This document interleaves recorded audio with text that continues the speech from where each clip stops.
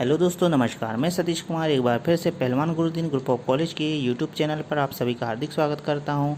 आज हम बात करने वाले हैं बीए द्वितीय वर्ष के समाजशास्त्र प्रथम प्रश्न पत्र के अंतर्गत सामाजिक विघटन के बारे में। तो चलिए दोस्तों शुरू करते हैं। सामाजिक विघटन सामाजिक संगठन का विलोम कहलाता है। समाज में सामाजिक संगठन का अभाव ही सामाजिक विघटन है। सुसंगठित समाज के विभिन्न अंगों में परस्पर सामंजस्य अनुकूलन होता है। जब यह अनुकूलन परिवर्तित हो जाता है तो विभिन्न अंगों का संतुलन भंग हो जाता है। यह असंतुलन जब और अधिक बढ़ जाता है तो इसका परिणाम सामाजिक विघटन होता है।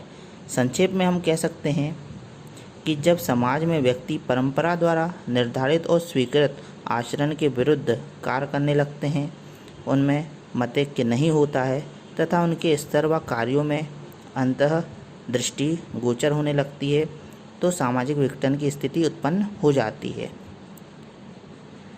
सामाजिक विघटन से संबंधित कुछ परिभाषाएं भी हैं, जिनके अंतर्गत एलियट तथा मेरिल के अनुसार सामाजिक विघटन वह प्रक्रिया है जिसके द्वारा एक समूह के सदस्यों के बीच सामाजिक संबंध टूट जाते हैं अथवा नष्ट हो जाते हैं।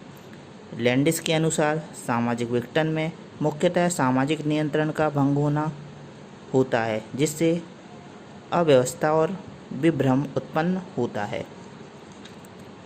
आगमन तथा निमकॉप के अनुसार सामाजिक विघटन का तात्पर्य किसी सामाजिक इकाई जैसे समूह, संस्था अथवा समुदाय के कार्यों का भंग होना है।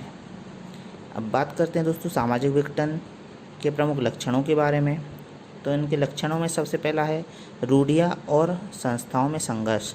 प्रत्येक समाज में कुछ रूढ़ियाँ और संस्थाएं होती है जिनके आधार पर समाज के सदस्यों का जीवन संगठित रूप से चलता रहता है, परंतु धीरे धीरे रूढ़ियाँ और संस्थाएं पुरातन हो जाते हैं और वे समाज के सदस्यों की आवश्यकताओं को पूरा करने में असमर्थ हो जाती है।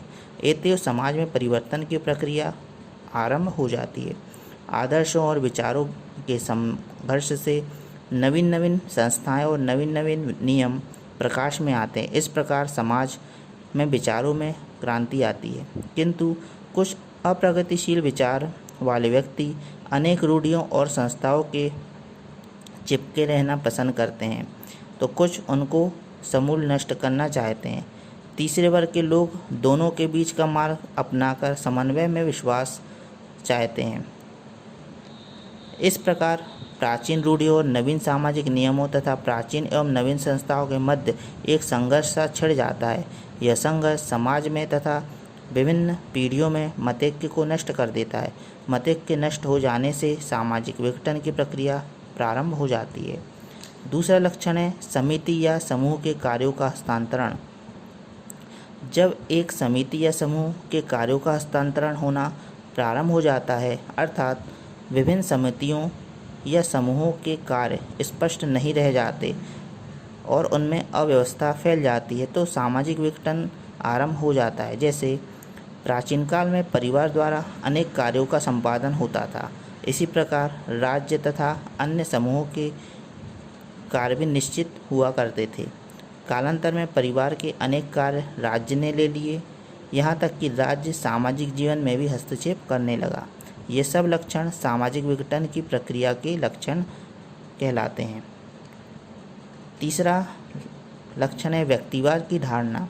जब व्यक्ति सामाजिक रूढ़ियों, प्रथाओं और नियमों की परवाह न कर किसी दृष्टिकोण से विचार करना प्रारंभ कर देता है, अर्थात उसका व्यक्तित्व समाज के एक अंग के रूप में न होकर निजी होता है, तो वह समाज की परवाह न करके स्वतंत्र निर्णय लेने लगता है।